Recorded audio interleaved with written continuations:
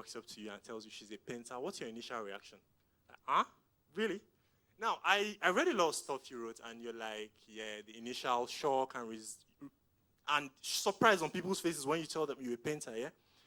Now, building this business from scratch, this very unique business in quote for you, how were you able to target, identify, and get your customers?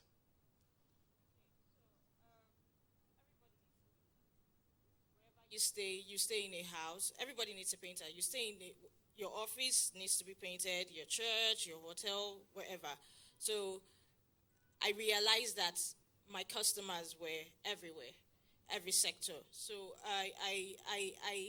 it was easy for me to bring out myself to sell my market, to sell my painting, my job, my business to my customers. But not everybody actually want my service or can afford my service. So I had a lot of people calling me from different places. Can you come paint for me? Can you come do this? But when I tell them what it costs or what I need to get there to do the job for them, it was a different story altogether. So I look at organizations or companies. Say for instance a bank. We all know what a bank looks like. Their walls are just normal. I used to work in a bank, Diamond Bank, and I realized that yes, there were bland walls, we're working, but it wasn't just enough. You go to other offices, or you see some other offices online, and you see how beautiful they look. You see the colors that they have there. You see what they have on their walls. You see the inspirational quotes there. Those things actually make them productive. So I realized that, okay, a bank could actually be my customer.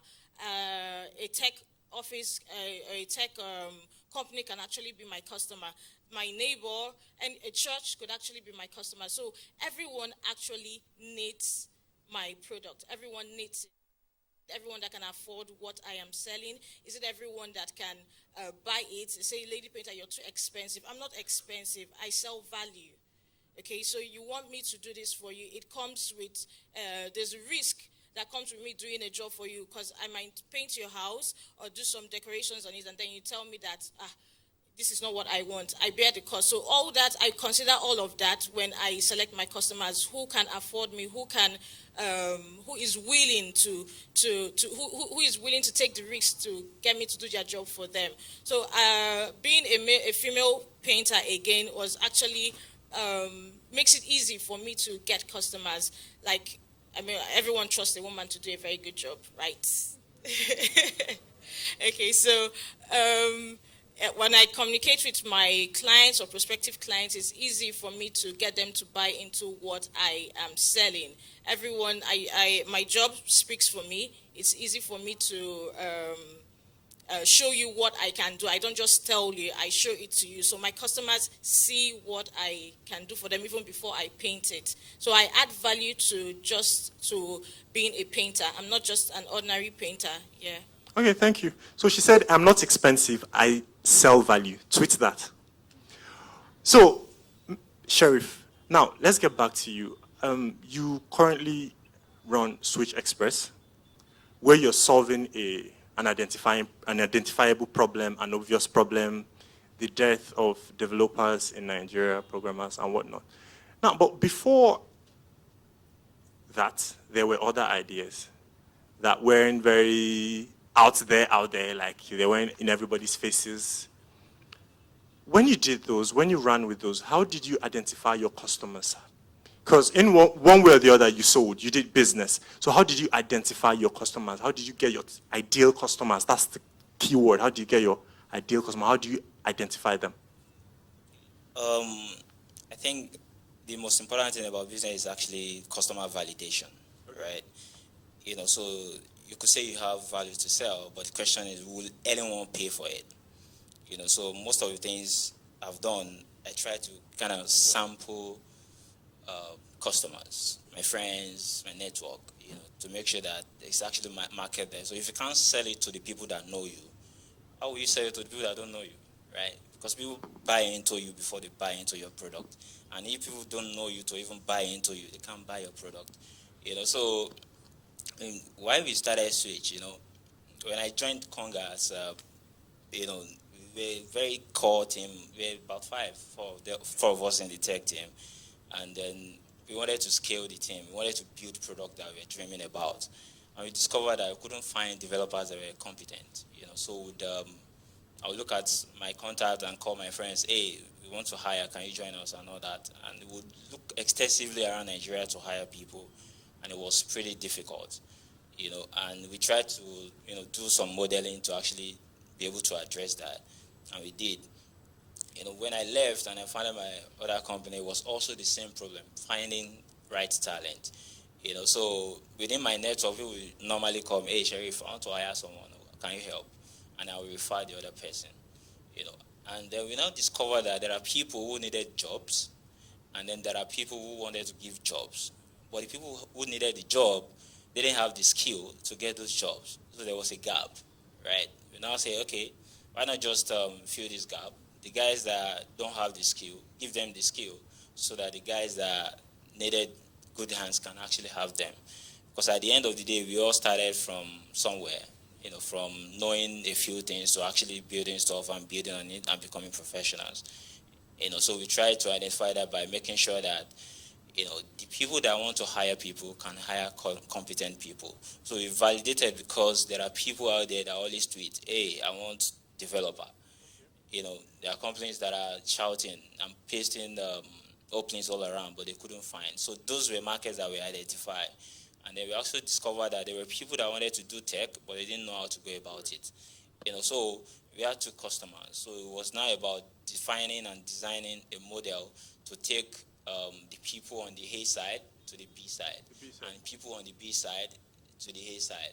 And with that, we were able to connect the dots. So a lot of ideas that will come around is about connecting the dots, actually, paying attention to what the problem I'm solving is and who am I solving it for, and how do you extract value from it to ensure that we can provide the problem or the solution to more people. So connecting the dots, paying attention to what the market is saying and not saying. Because what the market really needs, they may not be saying it, but actually listening by, sampling. So a lot of things we do is actually try out ideas. There are things that we think that their times are now, but they are not. My first startup was actually a business listing site, and I started in 2004. Like he also said, sampling your market and knowing your market. I discovered that a lot of my friends were online, and I thought all Nigerians were online, right? It was until recently that I discovered that, as at that time, we had about 300,000 Nigerians online. So I was like, what was I thinking? I didn't recognize my market enough to actually see that these things, the idea may be good, but the time wasn't that time, So we need to also do that, which is part of the homework that we need to do before you start out. Identify the market. Is it there? If it's not there, do you have enough resources to continue to build on it before the time arrives? Because if you want to do it and say, hey, they will come, what if you die before it comes? There are a lot of people that do e-commerce, that did e-commerce before Conga came. They were bootstrapping, and by the time Conga came, they were nowhere to be found. So it's about knowing that if the time is not now, do you have the resources to continue pushing it? If you don't have the resources, can you move to a niche to ensure that even if the big guys come with big money, you can still own a particular niche and be able to survive and then build on the idea gradually? Amazon started from selling books. Okay, so, sorry, if I'm to get something from what you said, is like you're inferring that you can actually run without actually completely finding out who the customers are? Finding out, I said validation. Yes, validation is actually who are the people that want this thing and can they pay for it? So if someone calls me, say, Sheriff, I want to hire a developer, and I ask them, okay, what if you, instead of interviewing 100, what if you have 2 to interview? Will you pay for not having to go through the 100 CVs? And then when they say, yes, I'll pay for it, that's a business. Okay. And we do a lot of that these days. Thank you very much. Now, let's move to the most I think this is the most interesting part of this, the question. Now, everybody here has an idea or two on paper that they're still afraid. You look at it every morning, you wake up, you look at it, you pray to it, and you keep it down. You wake next morning, you pray to it, you keep it down. And there is that fear deep down, like, I'm not ready for this. I am not qualified for this. I don't have this. I don't have that. I've not done this before. There is no experience and all. basically, how prepared do you think an entrepreneur should be before you run with an idea? Seun? Yes. All right. Okay, good. The most important factor in the business is entrepreneur. It's not money, and it's not land, it's not labor, or all those factors of production, basics we learned in school. It's entrepreneur. So it starts and it falls with entrepreneur. So someone tweeted recently that friends don't allow friends to start entrepreneurship because it's really, really hard stuff. All the mates you had, I'll have my own time, you will never have your own time. All the mates that you feel like can go to work at any time, you find out you work at every time. So it's not something that it's not holy grail. It's a whole lot of work, and that's why if you start as a person, like she said, your purpose is critical. There has to be something that you have to be a lot mission oriented. There's this book that this guy wrote. This Twitter co-founder wrote, making a bird sing or something like that. How to make a little bird sing. And he talked about you having an emotional deposit in your idea. That is always very, very important. So before you start, you need an emotional deposit. This is something I believe in. This is something I know I can change something. And so once you start that, you find out that, and you really, really see that the need is there. But most times, we always fetishize that I have this idea, I have this idea. My own belief, and might be wrong, is that an idea comes when its time is right. So the time for, this telephone thing we always did that. Yeah, there was a time for that. That time the idea was right. And there's a time when your handset was almost like, it was box, The time that was right. And there was a time we thought it was going to be small screens, and now we're back to big screens. The time is right. So I always believe that the time for an idea is right. Because for even to make an idea work, a lot of forces have to conspire to make it work. E-commerce will not work without us doing a lot of advancement in mobile technology. So, or we having a more upscale middle class country. So it will not happen. So always believe that the idea is there, it's going to work. You're just lucky, you're opportune to be the one that is driving that idea. So you must always hold it with a whole lot of dignity and a whole lot of dedication.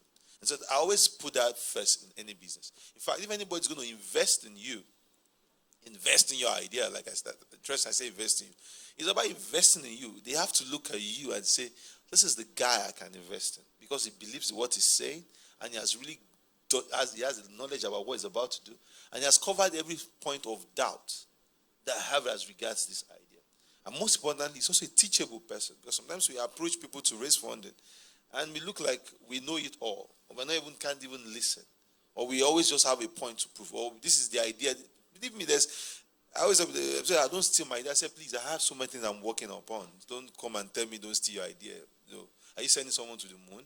Or are you going to, are you sending rockets to the moon that you are saying that we should not steal your idea? Go and execute it and let's see. So it's very, very important that you yourself need to get fixed. That the entrepreneur is very, very critical to that idea working. Yeah. Okay, thank you. Sheriff, I see a trend with millennials, entrepreneurs, young people. There is a question that is always asked. There is a doubt. And it's the fact that I don't have enough experience. You're probably fresh out of school and you've not done this before. You've done 6 months of work in one company like that wearing a tie. How much do you think experience plays how much does experience have to play in entrepreneurship, building a business? The biggest example that I'm going to just say is, do you know of a school where they train billionaires how to manage, where they train people how to build $1 billion company? Really, no, I don't know. But people build it every time, right? So the experience doesn't really matter, really. It's about being willing to put in the time, right? You see a lot of people that say they read, recently you see people going to event, take selfie all around. But when they get home, the work that you have to do, sit down and do the work, they don't do it, right? Because at the end of the day, really, it's not about the experience you have, or, the schools that you've been, right? Or the training you've had. Those are very important. But the thing is, if you have an idea, are you willing to put in the time? So we started a switch in November last year, and one of our goal was actually to train people and help them get job. And one of our cohort was actually, he came up with, one of the projects that we gave him, he worked on it, and then he pitched it at TEF, and he got funding of $10,000, right? And this is a guy that is just finishing university. He doesn't have any idea in terms of running business, but he had, developed enough passion, and they've given him the skill to actually build out the idea and go into the market. Because at the end of the day, what would take a business from point A to B and to Z are the things that you learn every step of the way. Because every experience is, they're different, they're unique. They said your mileage may vary. Sorry for cutting you. Now, you said that sometimes experience does not matter. Does it matter? Are there times where experience counts in entrepreneurship? Yeah. So entrepreneurship really is about leadership. Okay. Leadership, and that comes from who do you partner with? Who is your co-founder, right? For every person that is going to join your team, what would they bring to the table that you wouldn't have to bring to the table yourself? Because a lot of times you want to do everything, and then you discover you can't be effective at everything. So the knowledge that's most important is the leadership, to actually see talent in people and make them to connect with your purpose and vision, and then leave them to work, right? You bring people with experience, connect them with the purpose and what you want to do, and then let them work. So you don't have to know everything as an entrepreneur or a CEO or whatever. So the primary goal is actually to connect people with the purpose, find the people that are talented and they are ready to also put in the work, connect them with the purpose and let them work. So the experience is fine because you can actually, look into the reservoir. How did we do this when we wanted to do this? When we're building up our team, our tech team at Switch, the reservoir that I had was what I had at Conga. How we went from just 3 of us to about 150 engineers across the world. Without the experience, probably would take longer time, make more mistakes, and probably lose more money, and probably die in the process. But it can still be done without the experience, yeah? Of course. Thank you That very means much. a lot of learning, Okay. Yeah. Please give me a round of applause. Clap, please. Thank you. Now, you have a background in banking. You didn't study the arts. You've not practiced the arts. Like you said, this is a new stuff for you. How did you surmount the lack of experience for you personally now? And did you think it affected your business in any way? Okay, so I've never been artistic. I can't even draw a circle. Yeah, so, and why did I get into painting, or how did I even get into it? So I picked interest in it. So I started with interest and practice. I didn't have the experience. I hated fine arts in school, secondary school, primary school, and all. But I was interested in it. I was fascinated by the things that I see on walls, the patterns, the impressions, and everything. So experience really didn't matter to me. I just believed that I could do it. And I was willing and ready to learn. So I learned from watching videos. I had experienced hands first. So the first job that I had, I told my client I could do it. I hadn't painted before. I hadn't even practiced before that day. So, but I got experienced hands. And while they were working, I was working with them as well. And I was watching them do what they do. So it was pretty easy for me because I had interest in it and I had a passion for it. The passion just came instantly. It didn't take me time because it's something that is really beautiful. It's something that everybody needs. It's something that inspires people's lives. So it was very easy for me to fall in love with it and want to pursue it as a business, despite the fact that I didn't have experience in it. I just started painting October 2015, so it's not even up to 2 years. But I know that I'm doing very well and I could do better. There's a lot that I learned on the job. There's so many things that you could do with paint that I've not even learned, and I'm ready to learn them. And I don't care that I don't have so much experience as the other painters have been painting since how many years. So experience didn't hamper you at all? No, it didn't. Thank you He very didn't, much. yeah. Okay, so we're going to ask the last question now, and I want you to prepare your questions. After Seun, I will take questions from the audience. Thank you. Okay, finally, before we go to the question and answer sessions, still on the experience matter, you two came from a background of banking and finance, and you went into a complete different field, like you dived into tech, into data and everything. In a few words, how has that been for you? Do you feel like that has affected you in any way? Has it affected positively or negatively? Well, everything is positive because things happen for you. So you just have to take your lessons and move along. I think experience is needed, but sometimes you find the most experienced people even fail at what they do, because it's about being open to learning that matters most. Yeah, either that you have all the experience. At least Chelsea were opening that they were going to beat us now, but I'm a Chelsea fan, and with all that experience, you see how with all that money bags on the It didn't field, turn out. it didn't turn out well. So you kind of understand that it's about being able to learn that matters most. Yeah, sometimes you know that what you are pushing forward, maybe the time is not right. Sometimes you see that maybe you've overvalued your customer. Sometimes you see that your pricing is one holding you back. Or sometimes you find out that it is a funding issue that you have not been able to scale. You must be able to understand what exactly is the problem at this time. And also try as much as possible not to be 100% of nothing. And have 20% of something, Because look at Mark Zuckerberg's story. He was just going to make this thing an hobby within the campus. And someone called him, Sean Parker, said, "Guy, you can build a business. I can invest. I can ask you. I can select you CVC. You can see this guy. You can see this guy. And you can build something great here. So as you go along the way, you will need people.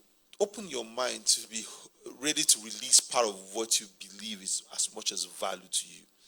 It's always very, very important. A lot of times people miss it in that point. But for me, it's been learning and learning all the way, rethinking the idea, rebuilding it, looking at where the gaps are, and finding out how we can be much more better every day. It's a journey. Yeah, thanks. Thank you very much. Let's give a round of applause to our speakers, please. So we're going to take your questions now. Yes. So let's start from the back. Him, yeah.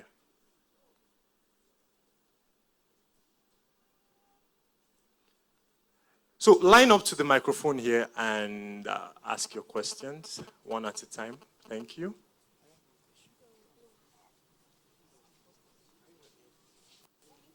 So it will be better to ask, you get better answers if you do not ask too many questions at once, because... Okay, please. Can I have the microphone? Great. Sorry to interfere. 30 seconds. Please, no long-winded statements. I'm going to take the mic off you. Huh? Brevity is the soul of wit. Huh? No long-winded statements, no policy statements, no suggestions, nothing. Just 30 seconds. Thank you. I'm Emmanuel. My question goes like this. I'm having an idea and you stay in school and you know quite pretty well that you can actually, maybe an e-commerce stuff, but in a different size, but you know you can't do that in school. So what are those things you should do in preparation? Can we get pen and paper for them to write it down so that we just take all the questions? At once, yeah? Yeah, so we answer it in one fell swoop. Can we get them writing materials, please? Okay, so another quick tip. Maybe... Okay, there is a pen and paper. So great. maybe you should direct the questions to who you want it answered if you're asking a particular person. Hello, good afternoon, House. Good afternoon, everybody. My question is directed to Udoka. You spoke about selling value.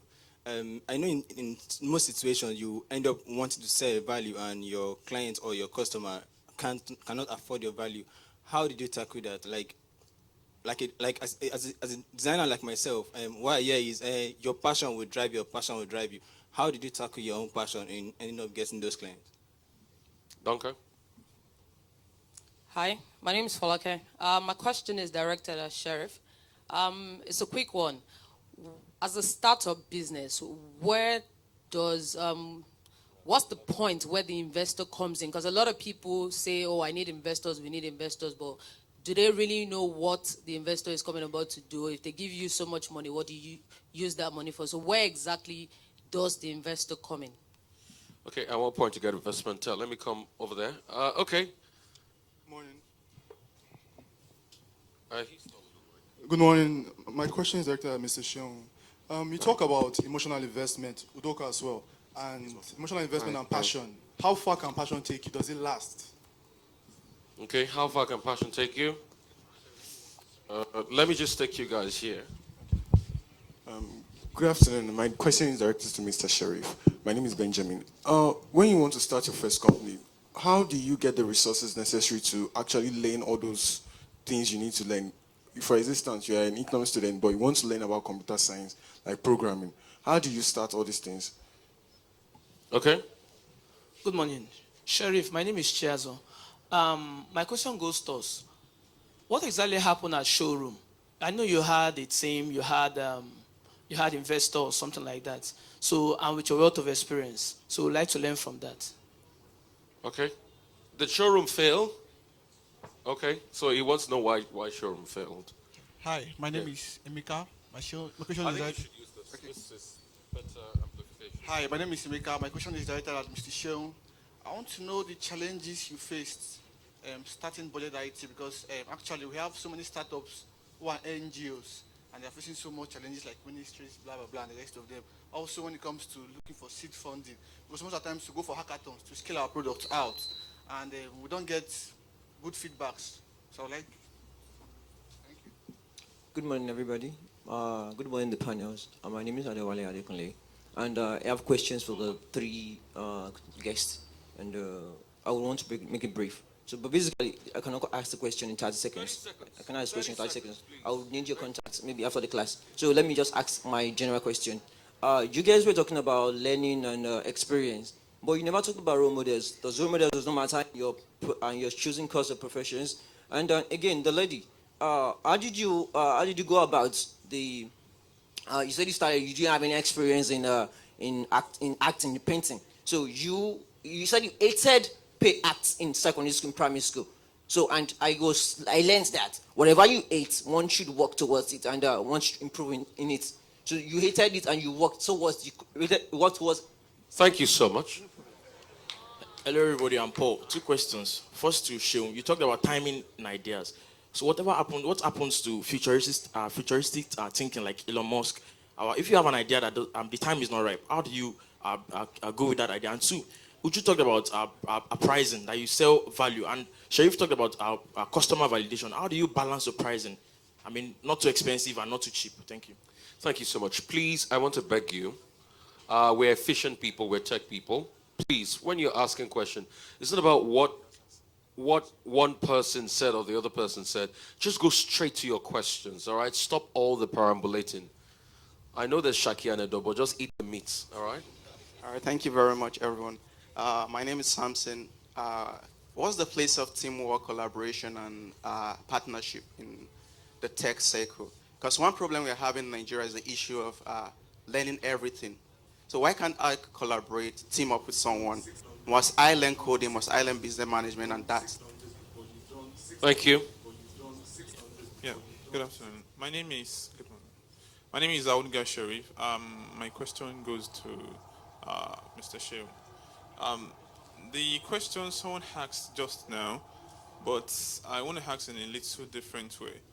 It's about starting up an idea and starting like an NGO. I want to know the roles of people.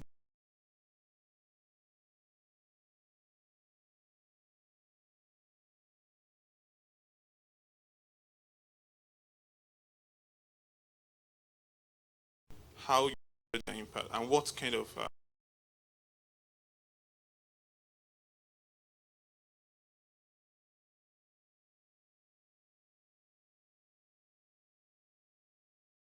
Recently,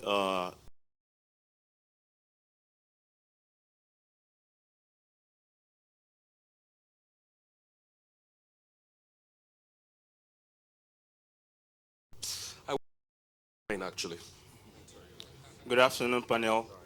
My name is Anyanwu Nadozie. My question is directed to Mr. Sheriff. Experience is about leadership, and that's where co-founding comes in. Now, my question is, what is the primary skill you need to have, or people need to have around you for your idea to be actually valid? Very valid question. My question is to the lady painter. You are more of a service, business lady. And you said something about when you started your business, you hired experienced hand. I'd like to just give me like a breakdown of your operation, especially putting in profit in your business. How were you able to work that out, putting in profit, since you didn't really have the experience? Most of the jobs were done by your hired experienced hands. Thank you. Thank you. Good morning. My name is Samuel. My question is about mentorship. What is the place of mentorship? How can you get a mentor, as in to help you to build on what you had already? That's one. The second question is about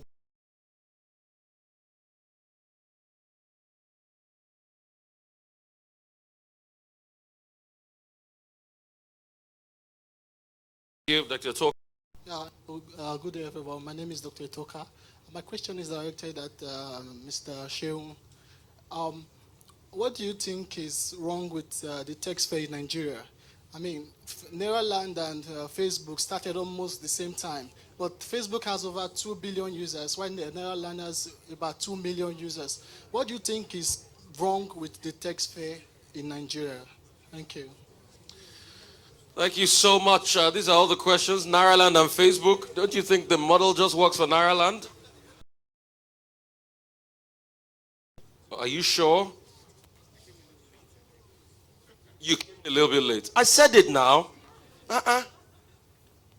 Good morning. My name is Jeff. I think we're all avoiding the main question here. Passion and experience can only take you so far. How can we get access to funding? Thank you. Great. Jeff, thank you so much for that. Okay. Okay, so before we go on, all the questions a session, there's a panel on mentorship, primarily focused on mentorship. So yeah, you can hold off till then. Okay, and another thing, I see some of those questions were just repeated questions. I had like 3-4 questions on mentorship. So, sir, maybe you take them in categories. It's pretty much one subject case, so just take them in categories. If you can highlight a subject case, this is about this is about that, this is about funding, and just take all of them so we can be more efficient. Thank you guys so much.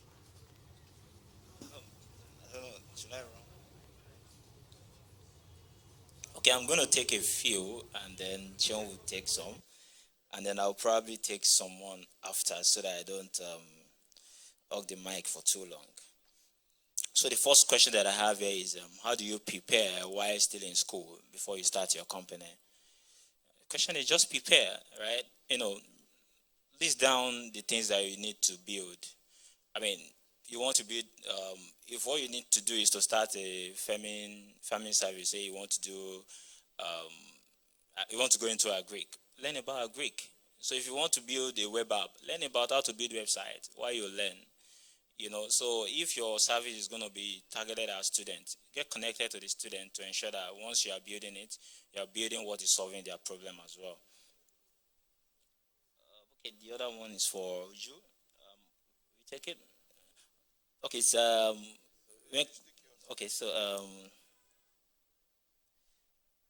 so the other question for me here is, where does the investors come in? So the question is, investors, why are they putting money into your service? It's because they think that you probably will help them to double their money or multiply it. So if you think that you have a product that can make investors' money come in maybe 3-fold, 5-fold, or 10-fold, then you should go ahead and approach them. But it becomes easier to talk to investors when you have something that is working and you have customers that are paying. Because it's easy to, excuse me, it's easy to, to come up with Excel model, right? 1,000 in January, and then do it times 3 over 12 months. And before you know it, you see up and to the right on the graph. But eventually, once you have a customer, say 3 customers, and then you can talk to investors to say, we are going to grow this by times 2. How do you measure that? That is 6. And then you grow it over time. So they can connect your vision with the reality of what you're doing. And they can judge to see that you seem to know what you're doing. But if you don't have the customers and you don't have the product, it now becomes about you. Can they actually believe that you believe in what you're doing? So it's about being able to sell your story and make yourself believable. And then people won't give you money if they don't believe you, really. Okay, next one for me. How do you learn to get started? Yeah, so I've covered that.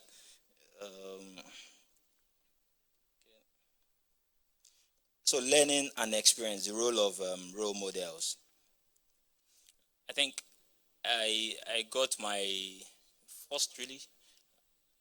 Yeah, okay. I should skip that. Okay, cool. Okay, so for pricing and customer validation, so if you talk to your target customer, see if they can pay a particular price for it. So for instance, if the service you are providing is for targeted customers in Lekki, and you know that the guy earns about 500 to 100K per month, and he probably has a disposable income of about, maybe 60% of that, can he pay 100K on a monthly renter? If you want to sell the same thing to someone that's living in Korodu, with all due respect, I lived there before.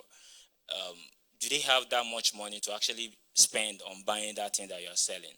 So you've got to understand the customer's persona. What are their disposable income? Can they afford these things? And then now use that to guide your cost structure. What it costs you to actually build that product. So if it's costing 100 naira to build it, you don't want to sell it for 90 naira. It's going to fail. So if the customer can afford the 100 naira and you can produce it profitably at that with a good margin, you got your prize. The place of teamwork and collaboration, and I'm going to link that to showroom failure that someone asked about. I was probably the only person that was running showroom. I wrote the code, I took the pictures when I visited the merchant that was going to be selling on my place, and then I probably also was the one who was uploading the product. And then I was doing the marketing, and then the delivery as well. So, if an experienced person, look at that, will say, guy, you go burn out, right? Not being able to actually, pick out the right people to join, to co-found, and also not, you can, drill that down to also funding to say, hey, did I have enough money to get started? My initial mantra was just get started with whatever you have. But over time, you will learn, as I've learned, that you need to recognize when you need to stop doing a certain thing by yourself, right? If it's going to affect the margin you make, that is the profit you make on the product, outsource it to someone else to do so that you can have more time to focus on what you are really good at. What was I good at? I can build a fantastic website and I can actually sell. So not being able to get people who have strength in what I didn't have the strength in. So we were having customers, but we couldn't, satisfy them as well as I wanted to. Because when people buy something from you and they refer another person to you, the most important thing is to be able to excite the customer as you did the first one. So when I saw that with the model that we had in place, it would be very, very difficult to excite the second customer after the first customer. And I didn't have that strength, and we ran out of catch. So I thought it was actually the best thing to actually, not run mad trying to think about this thing and just take it solo and then, call it quit and I'll ask myself, what are the things that I would do for free without having to be paid for? And then can I do it profitably with less hassle? Those were the questions that I asked myself during those solemn moments that I wrote that fantastic article.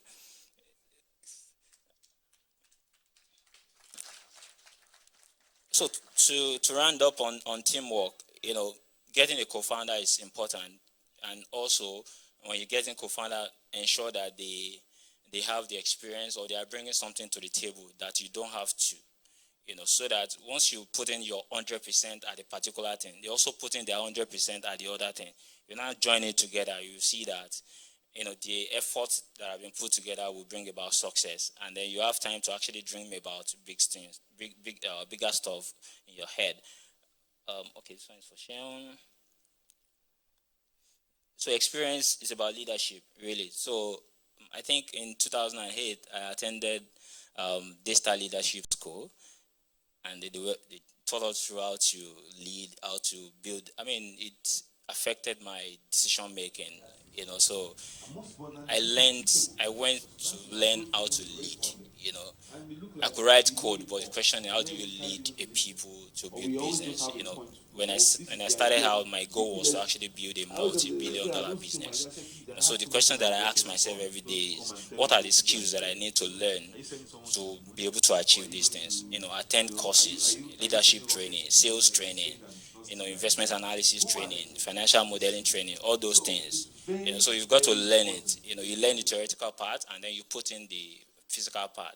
Because at the end of the day, if you don't learn the theoretical part, it becomes really difficult and frustrating to put in the physical bit of it. So learning is key to that. I'll leave mentors, and then Facebook and Nairaland. Nairaland is in Nigeria, Facebook is in the US. So the market also played a lot of role. I also founded a social network in 2004. And then when you look at the difference between Facebook and what we're building, the market wasn't there for us. The market was there for Facebook. And by the time they were ready to go global, they already have the network effect, and they have the funding. It was just a matter of time before they are able to do that. So how do you get access to funding? Just sit down and build your product. Develop your customer. Make sure your customers can buy your product. When you do that and you're able to scale it up gradually, it becomes easier to access funding. And then try as much as possible to be friendly to people. Be a friend before you ask for money, because people will give their friend money before they do any other thing. Thank you. Please, let's give him a round of applause. Okay, so Sharif shared a lot of things. I will start from the access to funding. A lot of people feel like we're shying away from that part, and I'm not really shying away. The way to raise funding is make your idea believable to, like I said, to people around you first. Make it something worth investing to people around you. We have friends, we have family. Talk to them more. This is what I'm building, and they have networks around them that they can engage you and say, talk to this man, talk to X, talk to Y. I'm also small. I also when I see people that really have some credibility, I try to put my own little funds on the line. And I know a lot of people who do that in buckets. The reality is that it comes to the question about Nairaland and Facebook. There are a lot of people springing up. There's Bank of Industry springing up. There's Tony Elumelu Foundation. Those monies are very, very small. But you need to start very, very small with the 1 million, the 2 million. Prove that you're believable and you can scale. And there are also incubator schemes now that you can pitch yourself out and get it. I know Ventures platform. There's some guys there in Abuja. They've graduated over 6 co-creation hub runs, idea hub runs, passion incubator. Look for those incubators and let that be that push to you to get in. Sometimes we want to start from the middle of nowhere and want people to come knocking at our doors. You also find a way to integrate yourself with the ecosystem. And the more you integrate yourself with the ecosystem, I'm sure that you are selling something that is very believable. When you have people try to say, okay, let us take a bet on this guy. Not just on my idea, but really a bet on you. So integrate yourself stronger with the ecosystem. Let Techpoint write your story. Let Tech Haba write your story. Let it be not just like I have an idea and I'm looking around for money. But you've not even proven how little it could be possible. You've not even proven even within that circle of influence that can even give you funding. Okay, so I have some points for me. The ones I start. Okay. Where do the investors come in? Investors come in at any point in time, from the beginning to the end. So there's what you call angel investors, there's what you call venture capitals, there's what you call private equity investors. So investors come in at every point in time. Don't rush for investor money. Always people will assume that it's free money, but in the end, you're diluting your equity if you're playing a long game. So, and it's always a very contextual place, because a lot of people say, oh, I'm valued at X, I'm not valued at Y. So investors come in at every point in time. When you need money to start, money to scale, you need investors. And don't forget what I said. Don't be an 100% of everything, and leave this to nothing. Be able to part away with some. I'm very, very realistic. Someone says we come to hackathons to do non-profit NGO ideas, and at the end of the day, we don't get anything from it. sometimes the ideas are not just innovative enough. I have to be very, very frank with you guys. It looks like an hash or rehash of what is being done already. We do hackathons and we say, it's just trying to build exactly what we have tried to build. And say, try something new, build something different. Think the entire space again. Let us see that you are giving us something that is wow. And I think that's always a problem with hackathons. Budget was a product of an hackathon. And gradually we've built it to something like this. So it's possible. The core question is, your idea entirely different? Is it something new? Something that is possible that can change stuff? That's where you should check on. Learn and experience of role models. I'm not going to talk about that. Timing in ideas and futuristic. Where is the space of that? Well, we are not dreaming yet in Nigeria. I think more of our problems are still the problems we can solve now. Yeah, the basic problems of education, health, governance, access to market. Nice to think futuristic like Tesla in those days, or we have Elon Musk now. It's always great. But reality of the matter is that, is there the risk capital for that? Are they available? Are they really, really available? Someone is taking up your bet on the next 20 years. People have been funding cancer research, HIV research, all kinds of research for the last 20 years. And they have not given up. People have spent billions on what you call dark matter. Find that there's an invisible force that is holding everything up in the planetary space. And they are not giving up. Do we have that capital? So I take $400 million and be testing anyhow on those things. It's not. We need to be very realistic. We need to really be very realistic. You can build futuristic thinking. It's very, very important. We will catch up with you. But reality of matter is that maybe you should find some other place to sell your dreams. I'm just being very realistic. Yeah, it's not an insult, but reality, if you have to leave this country and find somewhere where someone can plug in, and I have to be very sincere with you. The place of teamwork and collaboration, very important. Teamwork is important, please. Co-partnership, co-funding is important. Someone asked a question about when people contribute to your organization, how do you quantify that? How do you really quantify it? I think from the beginning, you need to set that clear. If you have a co-founder, that this is the percentage or the stake we're going to have. And this is the contract. A lot of times we don't make things legal in Nigeria because he's my friend, he's my party.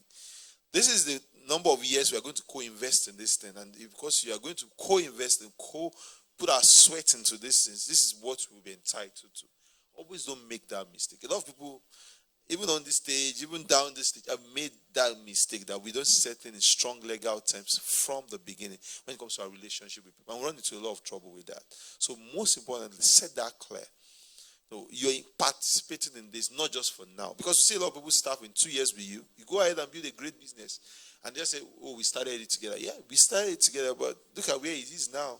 We can't put that percentages in the contextual approach. So think about that. I have one last question because I want to run out before it's 6 minutes. Our lady Peter can take the rest. Let me just look at the last question, which talks about scaling non-profits. Same idea, I've spoken about value. Same idea, I've spoken about integrate yourself with the ecosystem. Talk to people who are also non-profits. I've mentored a few people that have also tried a non-profit and have also gotten funding in some sort of ways. We have a space we opened up at Sheriff's Plaza, if I call it Sheriff's Plaza. It's called Civic Hub. It's a new space where Budget just opened up, and it's around mentoring and building companies that are in the non-profits and the civic tech space. So if you have a civic tech idea that is great, you can tweet at me. Seun Onigbinde, I will get across you to the civic tech, and you can have a pitch session with them, and they can help you with funding and connecting with all the money that you need in this world. I said non-profit and civic tech. Don't come with me with e-commerce. So finally, Naira Land, and we're not U.S. markets. Let's be very sincere. Some very foolish ideas in the U.S. will get nothing less than $2 million to try out.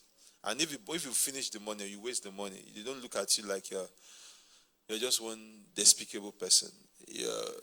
Our risk appetite in this space is not strong enough. So we need to, even for those who are investing in us, we need to take that into account so that even the little people that are believing in the system, we don't chase them away. So you are also like an ambassador to this space when you get funded. Make sure that you guard that very, very jealously. The second point for me is also that scale, our approach to scale global. Something that we still don't, it's still a funding capacity issue. Look at Intel, which is in many countries in Africa, yeah? But look at Stripe. Stripe is almost everywhere around the world, So somehow, We've not still found a way to build an element that we can scale globally. But I think it's coming. It's going to happen, but we need to also be very, very proud of how far we have come so far. Thank you very much. Thank you very much, Seun. So there are questions for you. So let's round it up. Okay, so I'm going to take two questions at once. One says, what do you do when your customers can afford you, and how do you balance your pricing? Okay, so what I do is, I know there are clients that can't really afford certain painting services, so I give them something else that they can afford. So there is definitely a kind of painting that you can afford wherever you are, your location is. Then another one, how far can passion take you? When you lose enthusiasm in your business, it dies. So you need that enthusiasm. That's the passion. That's what drives you. That's what keeps you awake. That's what wakes you up. That's what motivates you to want to get your business to grow to a certain level that you want it to. So you need that passion. It is very important. It can take you far. It can take you to any points that you want to get to. It's very important, amongst other things that you need to get your business. Okay, another one, how do you manage pricing using experienced hands? Of course, when I started, I didn't start overpricing my clients. I wasn't in it for the money. I was still working in the bank. So during the weekends, I was going to do my painting. So I was charging my clients based on what I would pay my experiencers. And I painted with them. I worked with them from the first day I started painting. And I enjoyed it. So on every job, my hand is in it. I'm part of it, unless I have something else to do. Because I do the marketing. I do the online. I manage my clients online. I do all other things. So it's I don't overprice my clients. What other question? Okay, I think that's that. Okay, thank you very much for staying with us. Let's give a round of applause to our speakers.